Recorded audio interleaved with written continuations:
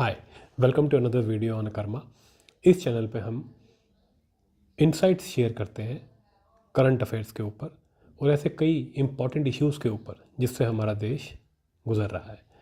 तो अभी लेटेस्ट में जो सबसे बड़ी खबर जो आज आई है वो यही है कि अमेरिका ने वेनेजुएला के ऊपर अटैक किया, उसके बहुत सारी सिटीज़ के ऊपर एयर अटैक्स किए, बमबारी करी और वहाँ पे बहुत नुकसान पहुँचाया।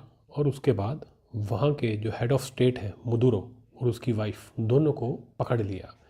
फोटोवें जो है सोशल मीडिया पे छाई हुई हैं, किस तरह मुदुरो को जो है एक जगह से दूसरी जगह पे ले जाया जा रहा है किसी एयरप्लेन के अंदर, और उनकी आंखों के ऊपर ढका हुआ है और ऐसा लग रहा है कि एक कैदी की तरह उनको ले जाया जा रहा है।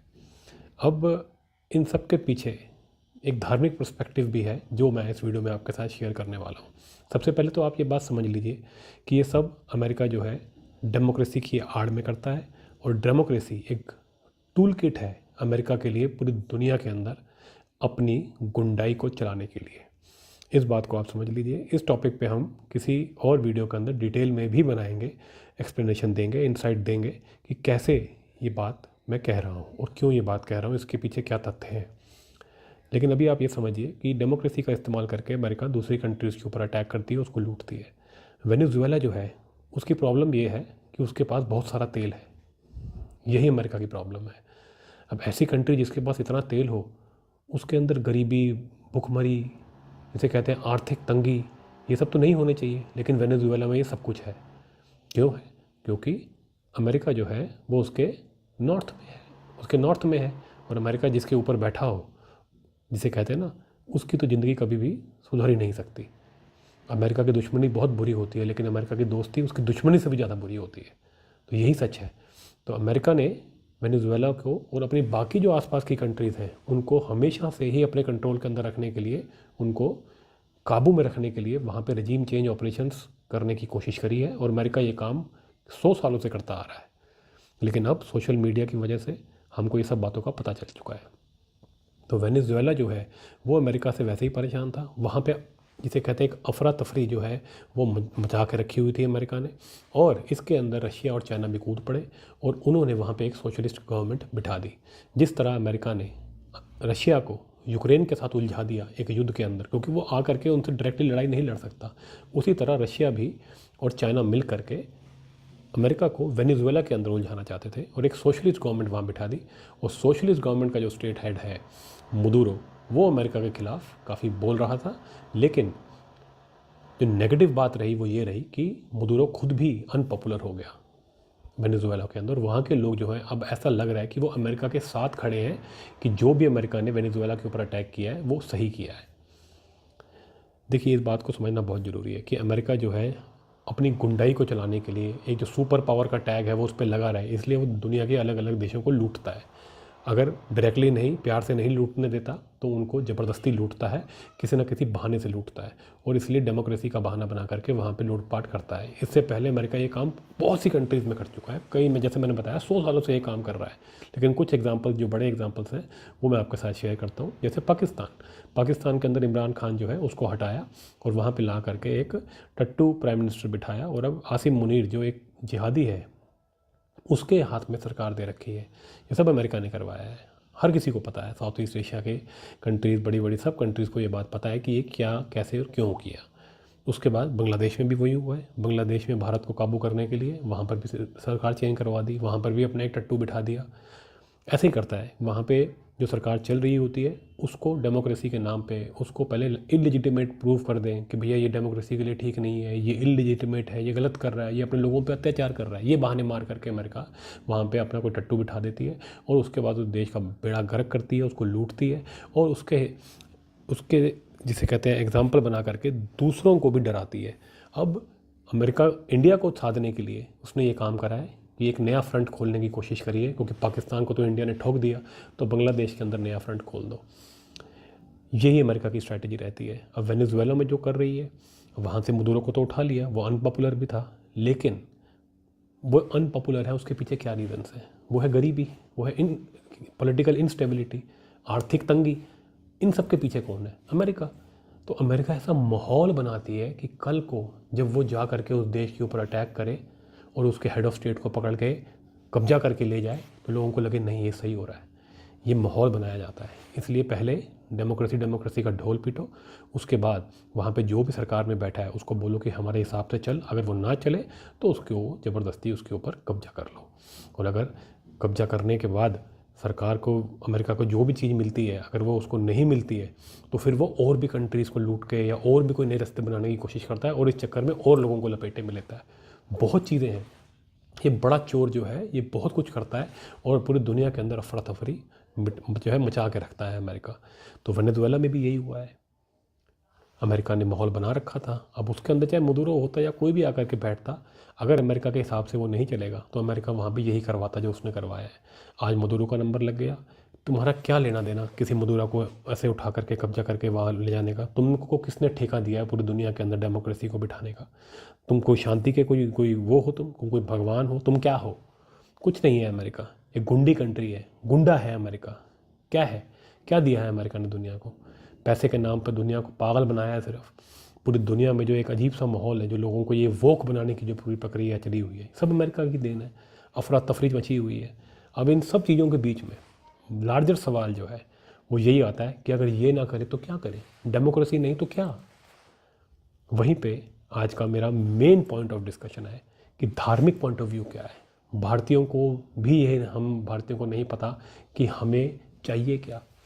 भारत के अंदर भी अमेरिका जब मोदी को हटाना चाहती है, क्योंकि मोदी उसके हिसाब से नहीं चलता, तो इललेजिटिमेट करने के लिए, मोदी को इललेजिटिमाइज करने के लिए उसकी सरकार को यहाँ पे माहौल बनाया जाता है। पॉलिटिशियंस आके अजीबोगरीब बयान देते हैं, कोशिश करते हैं कि देश में लड़ाई हो जाए, दंगे हो जाए, आग लग जाए। मैं पॉलिटिशियंस के नाम ले सकता हूँ, लेकिन आप सब जानते हैं ये काम कौन करता है।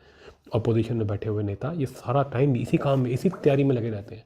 देश बिल्कुल शांत है, लेकिन वो जानबूझ के कहेंगे नहीं सब रो रहे हैं जी, सब फंस गए जी, सब मर गए जी, सब मतलब बुरा चल रहा है सब भारत देश के अंदर, तो बर्बाद हो गया सब। वो खुद पार्टी बनाने के लिए देश से बाहर रहते हैं, घूमते फिरते रहते हैं, बस देश में छाती कूटने के लिए आ जाते हैं। तो ये सबको दिख रहा है, पूरी दुनिया को पता है ये क्या है। तो ये सब अमेरिका के कहने पे होता है। इंडिया में भी सेम साजिश चल रही है कि जो मोदी की सरकार यहाँ बैठी है, क्योंकि वो अमेरिका के हिसाब से नहीं चल रही और अपनी चलाती है, देश के जो है हित में काम करती है, तो इसको भगाओ यहाँ से।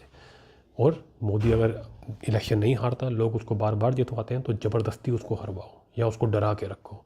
तो ये एक इंडिया को भी मैसेज गया है वेनेजुएला में कि अगर तुमने हमारे हिसाब से नहीं चले तो वेनेजुएला वाला हिसाब होगा इंडिया के अंदर भी। और यही आपको याद होगा, बहुत से पॉलिटिशियन अपोजिशन पार्टीज़ के यही बोलते थे कि मोदी भी ऐसे ही भागेगा जैसे बांग्लादेश से शेख हसीना भागी है, मोदी भी अपनी जान बचा के भागेगा भारत देश से। ये क्यों कहते थे? यही क्योंकि अमेरिका ही उनसे पीछे से ये काम करवा रहा है। अमेरिका इंडिया को अंदर से बहुत तरीके से तोड़ना चाह रहा है। यहाँ पे अजीब अजीब मूवमेंट्स खड़ी कर देंगे कि भैया यहाँ पे तो ये प्रताड़ित है, वो प्रताड़ित है, यहाँ पे ये गलत है, वो गलत है, छातियाँ कूटने लगेंगे, कोशिश करेंगे दंगे हो जाए। यंगस्टर्स को, यूथ को सोशल मीडिया के माध्यम से भड़काने की कितनी कोशिश की गई है पिछले 5 सालों के अंदर। बार बार देश के अंदर कभी ये चलो रामलीला मैदान में जा कर के हम धरना कहेंगे, धरने के नाम पे जो है देश के अंदर ये यहाँ पे आपको याद होगा प्रोटेस्ट, फार्मर प्रोटेस्ट करवा दिए 2-3 बार। क्या हुआ उससे हासिल? फार्मर्स को क्या मिला? कुछ नहीं मिला।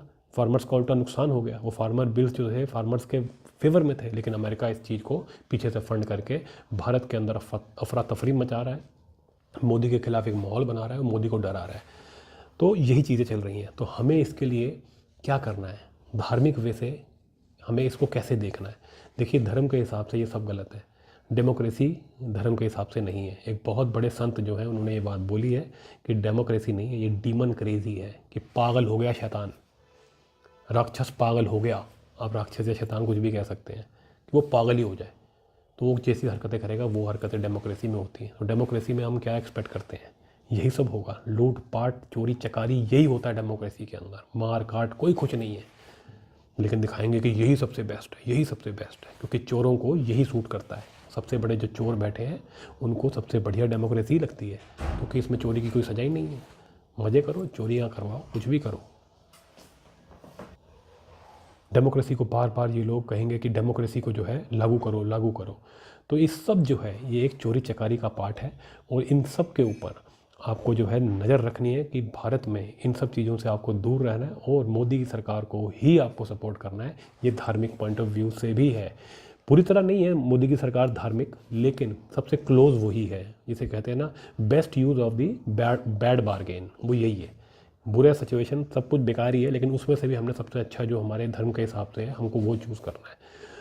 देखिए, मोदी से तो यही एक्सपेक्टेशन है कि लॉन्ग टर्म के अंदर वो इस देश को डेमोक्रेसी से छुटकारा दिलवा दे और इसको एक प्योर, जिसे कहते हैं धार्मिक स्टेट बना दे। यही हमको चाहिए, वही हमको बचा पाएगा। अभी जितनी भी ये छातियाँ कूट लें, हाय डेमोक्रेसी कितनी प्यारी है, हाय मोदी डेमोक्रेसी के खिलाफ चल रहा है, लेकिन याद रखिएगा इस देश के अंदर ये ऐसे माहौल बना देंगे, ये ऐसे हालात पैदा कर देंगे कि आपको सिर्फ धर्म ही बचाएगा। और आपको जब तक ये बात नहीं बोलोगे कि हम धार्मिक हैं, हम हिंदू हैं और हम अपनी रक्षा स्वयं धर्म के हिसाब से करेंगे, ये सिचुएशन ये आ जाएगी। अगर जब तक आप ये सिचुएशन नहीं आएगी तब तक आप ऐसे ही कन्फ्यूजन में रहेंगे। लेकिन जिस दिन इन्होंने भारत को पूरी तरह जकड़ लिया, या उसको कहते हैं पुश टू द वॉल कर दिया, उस दिन आपको धर्म ही बचाएगा, आपको सिर्फ धर्म ही याद आएगा। तो भारत को जो है एक धार्मिक स्टेट घोषित करना ये मोदी का कर्तव्य है, ये उसे करना चाहिए। देखिए, पहले शास्त्रों के हिसाब से हम 4 वर्णों में डिवाइडेड हैं, 4 वर्णाश्रम हैं, 4 उसके अंदर हम डिवाइडेड हैं। अब वर्णों की बात की जाए तो उसके अंदर याद रखिएगा जो क्षत्रिय और जो ब्राह्मण हैं ये टॉप में आते हैं, और उनके नीचे जिसे कहते हैं वैश्य और शूद्र आते हैं। कोई छोटा बड़ा नहीं है, सबकी अपनी अपनी ज़रूरत है। अगर इनमें से कोई भी एक को हटा लिया जाए तो सिस्टम ख़राब हो जाएगा। लेकिन हमारे दिमागों में भ्रांतियाँ बनाई जाती हैं कि नहीं शूद्र तो कम है, ये तो कैसे कह दिया किसी को शूद्र, ब्राह्मण तो बड़ा ही आता था। ये सब झूठ है, ये सब बनाई हुई पुरानी जानबूझ के प्लांट की हुई स्ट्रैटेजीज़ हैं, प्लांट की हुई थ्योरीज़ हैं, जिससे भारत देश को जो है पिछड़ा किया जाए। क्योंकि भारत अगर इस पर्टिकुलर धार्मिक पॉइंट ऑफ व्यू से चलने लग गया तो ये डेमोक्रेसी फ्लॉप हो जाएगी और लुटेरों का सारा सिस्टम टाएं फिश। इसलिए भारत को हमेशा धर्म के साथ रहना चाहिए, धार्मिक सरकार बनवानी चाहिए जो कि हिंदू मूल्य और शास्त्र के हिसाब से रूल करे।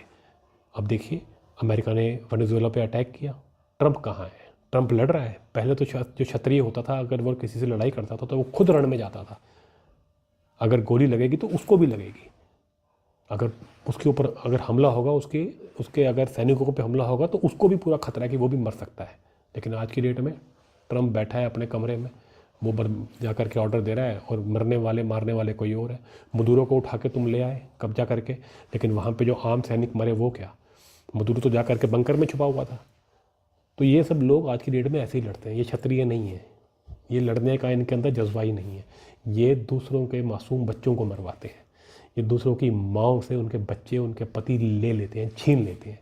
तो ये है राक्षस। धार्मिक स्टेट में ऐसा नहीं होता। धार्मिक स्टेट में राजा खुद चल के जाता है, उसको भी अपनी जान का खतरा होता है, इसीलिए वो सबकी सुरक्षा के बारे में सोचता है, सिर्फ अपने परिवार के नहीं, वो दूसरों के परिवार के बारे में भी सोचता है। यही होता है एक अच्छा राजा। तो इस पॉइंट ऑफ व्यू से ये बिल्कुल गलत है, इस सिस्टम जो है ये बिल्कुल गलत है। हमको इस सिस्टम की ओवरहॉलिंग करनी पड़ेगी और हमको एक प्योरली एक धार्मिक स्टेट बनाना पड़ेगा, जिसके अंदर दोबारा से इन वर्ण आश्रम के हिसाब से हमारे को अपने आप को डिवाइड करके इस देश को सशक्त करना पड़ेगा, वरना हम ये डेमोक्रेसी का ड्रामा करते करते ख़त्म हो जाएंगे।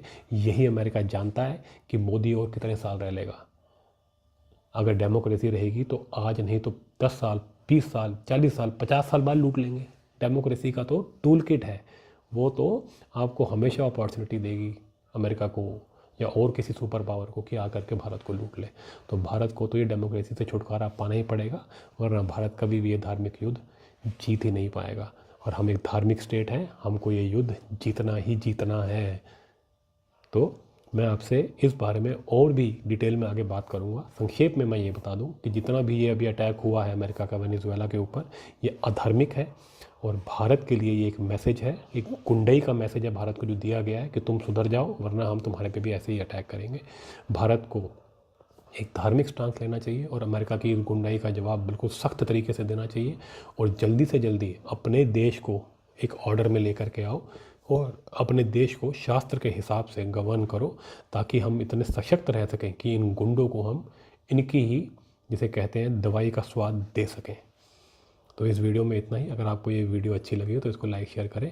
मिलते हैं आपसे अगली वीडियो में और इस चैनल के साथ जुड़े रहिए, हम ऐसी ही इंसाइटफुल वीडियोज़ आपके लिए लाते रहेंगे।